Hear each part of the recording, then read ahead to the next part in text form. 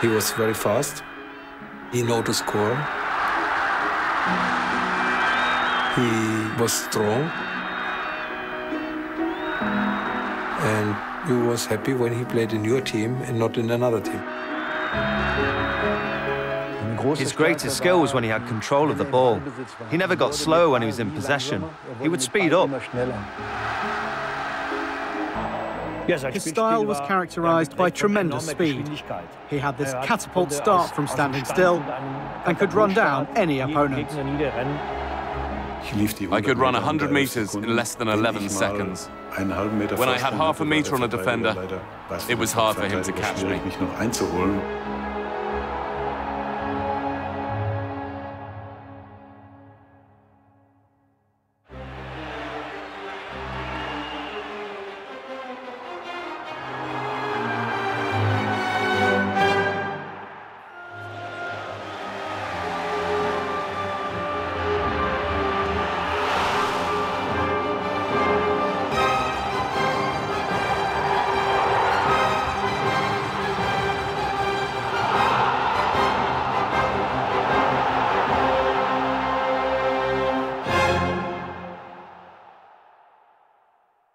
I think every boy on my street, or everyone who was out playing street football back then, had an idol. My hero was Johan Cruyff. He had a certain style of playing football. He was quick, he was great at dribbling, and he scored a lot of goals.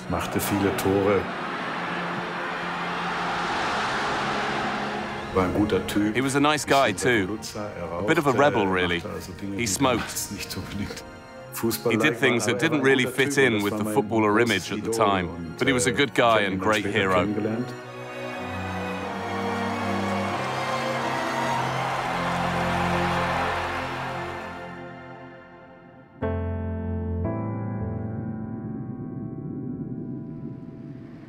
Karl-Heinz Rummenigge was born in the small town of Lippstadt in West Germany, but by 18, he was gone.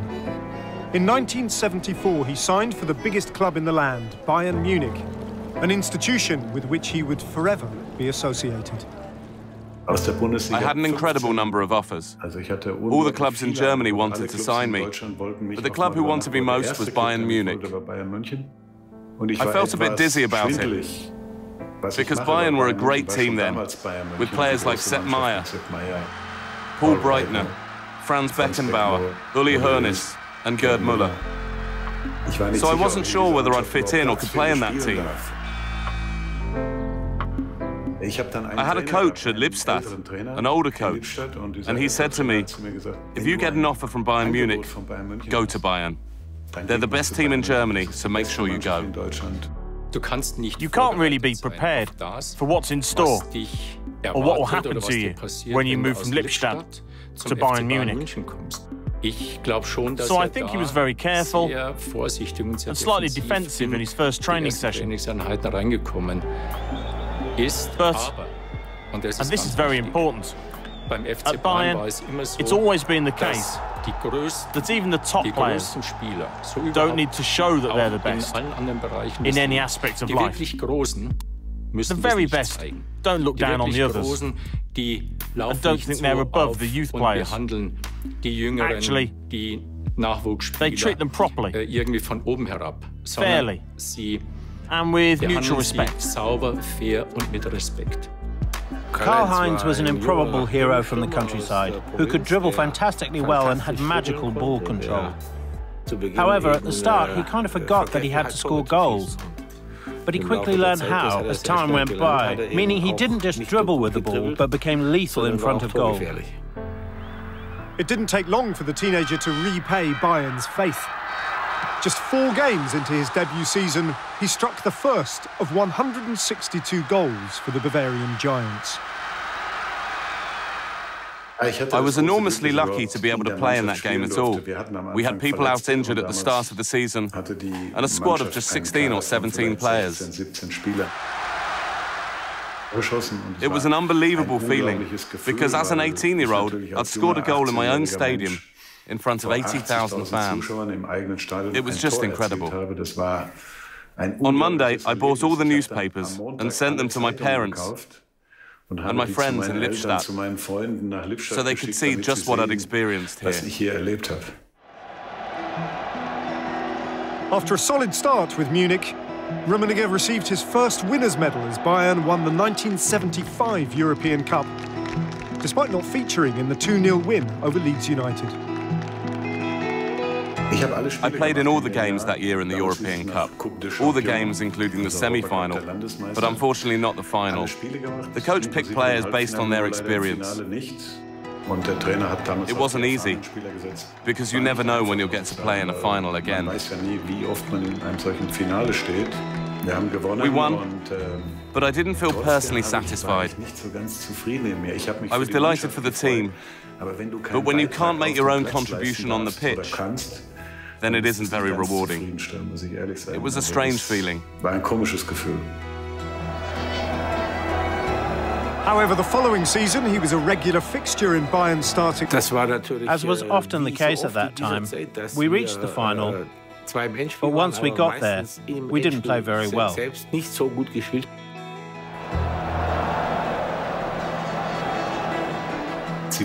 were the better team in the first half. I was so nervous before the game. So the managing director came up to me and said, "What's up with you? You're completely done in." I was just a bag of nerves. So he said to one of our doctors, "Get him a brandy." Against St Etienne in Glasgow, we were very lucky not to be behind in the first half, in the end, and he played a huge part in it. Rummenigge's impressive domestic form saw him called up to the national side before making his World Cup debut 2 years later in Argentina. And while West Germany failed to make an impact, the attacker made his own mark by scoring 3 goals in the tournament.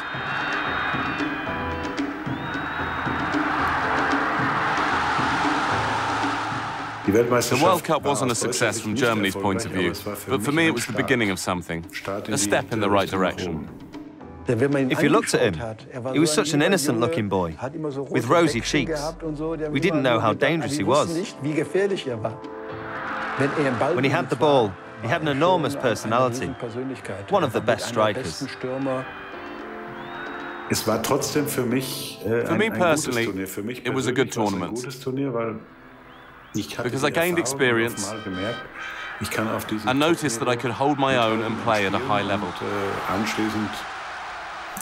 Then I went on to have 3, 4, 5 terrific years in the national team at the very highest level. Back in Munich, Rummenigge's Bayern career flourished as he struck up an almost telepathic relationship with partner Paul Breitner. He was more of a midfielder than a striker, and during the first training session, I said to him, "Karl-Heinz, let's do a quick lap." And after I said to him, "Listen, I reckon I know what you can do, and what you haven't been able to show yet. But you will become one of the greatest."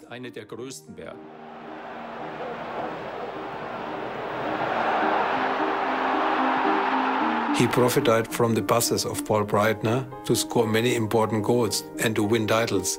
And they had both personality. And without personality, a team is dead. And these 2 players give Bayern Munich great personality. I said, when we're defending, you can stay a metre inside our half and wait until I get the ball. Then when I get the ball, you come alive.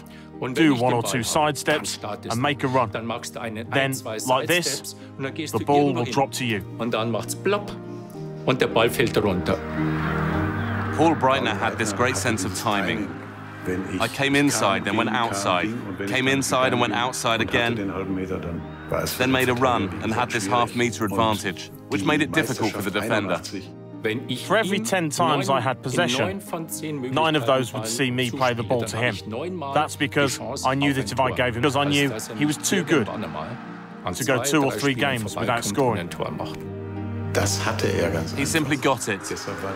So this partnership I had with him was perfect on the pitch. In the 15 years I played professional football, he was the best partner I'd ever had on the pitch.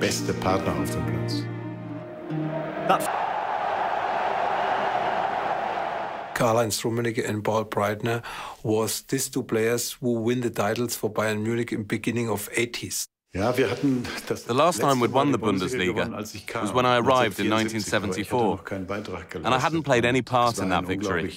So it was an unbelievably wonderful feeling, because for Bayern Munich, 6 years was a pretty long time to go without a title.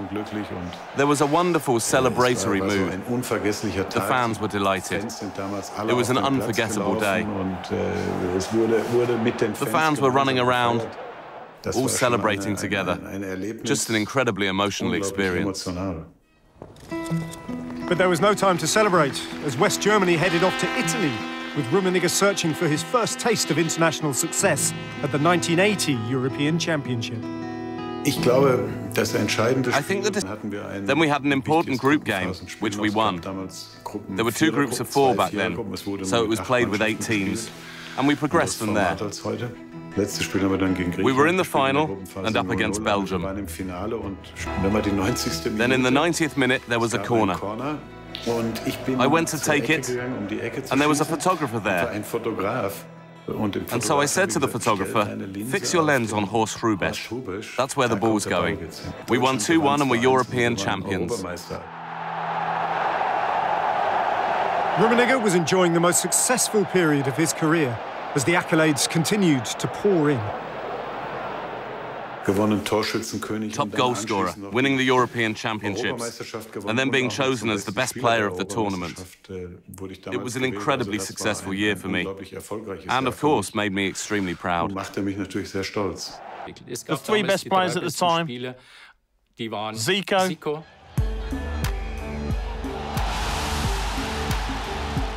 Maradona,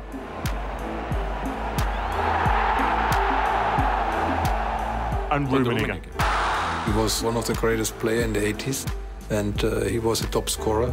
He was European Footballer of the Year, and he had this quality to make the difference on the highest level. I think I only really learned to appreciate the Ballon d'Or afterwards, because when I won it at the age of 24 or 25, which was a great achievement, it wasn't really that important to me, because I saw football as a team sport. Okay, so I'd scored the most goals and just had a great season. But for me, it was always more important for the team to be successful. You need a good team, and then the good player can make these special prizes, these personality prizes. Karl-Heinz, I thought he was one of the greatest players. He was winning with Bayern Munich a lot. He was the top scorer in Germany, and I think this is the reason why he won 2 times the Ballon d'Or. In fact, I'd say 1981 was my best year, because I had incredible stability. I had a lot of self-confidence, and that left me in a very positive place. It was probably the best year of my whole career.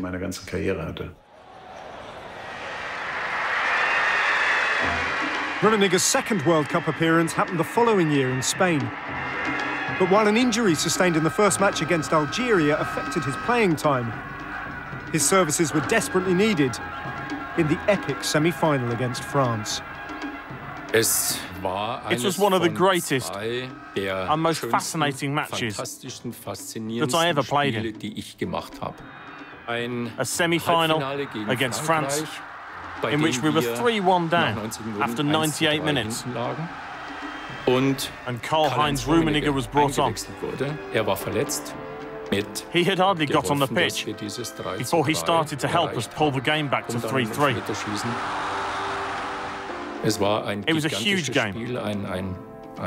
As a player, you couldn't wish for a better experience.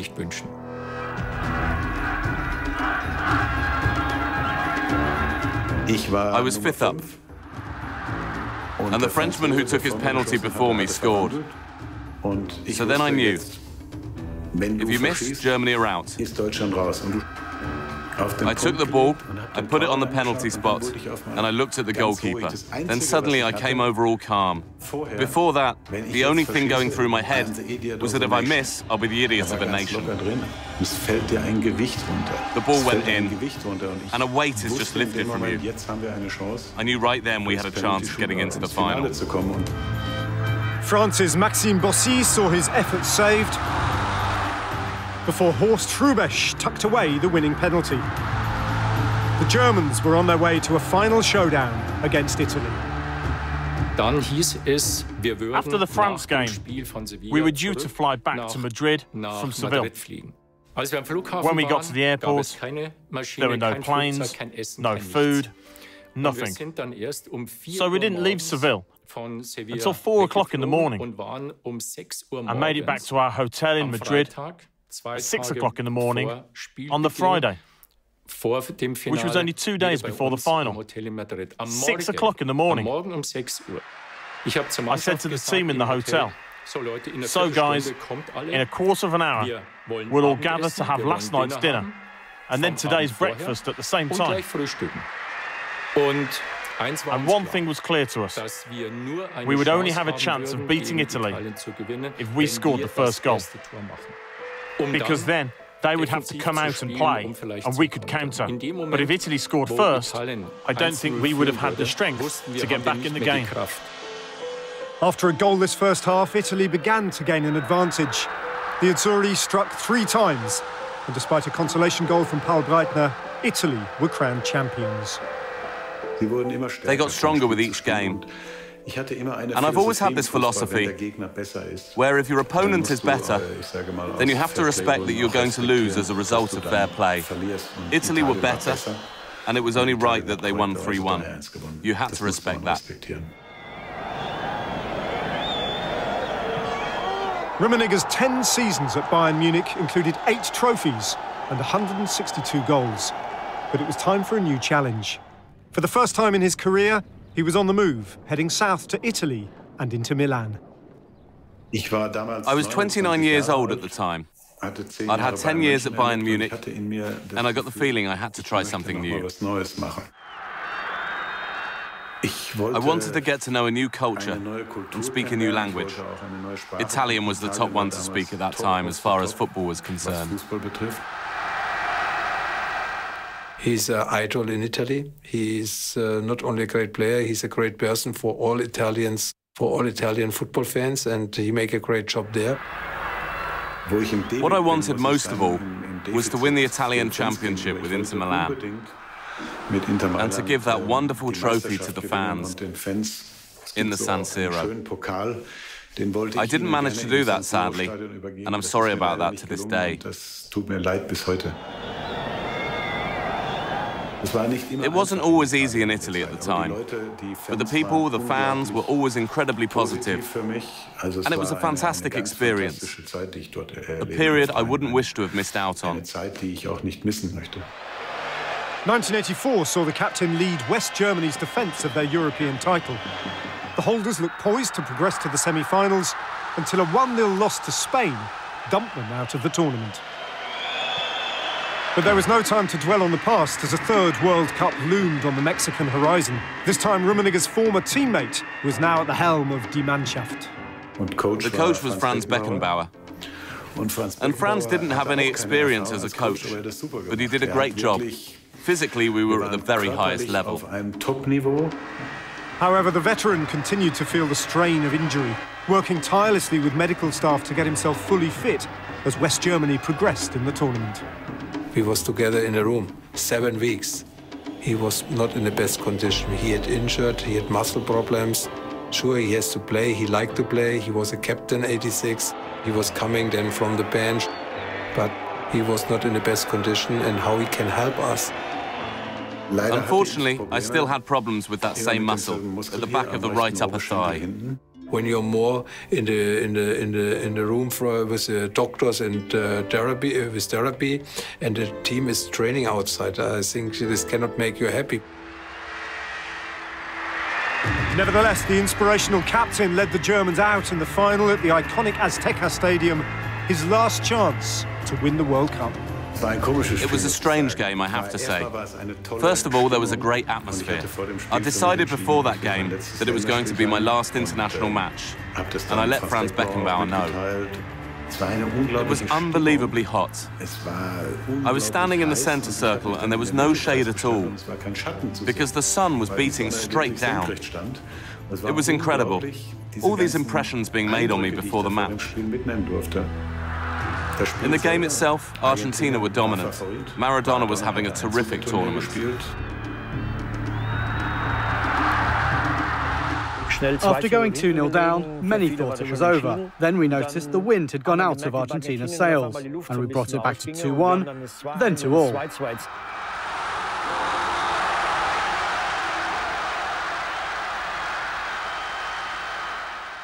There were about 10 minutes left, and we made a huge tactical error. I said to Franz Beckenbauer, we've all made a big mistake. We were desperate to get a winner in normal time, but we pushed up, and Argentina came back again, thanks to Maradona's superb piece of play.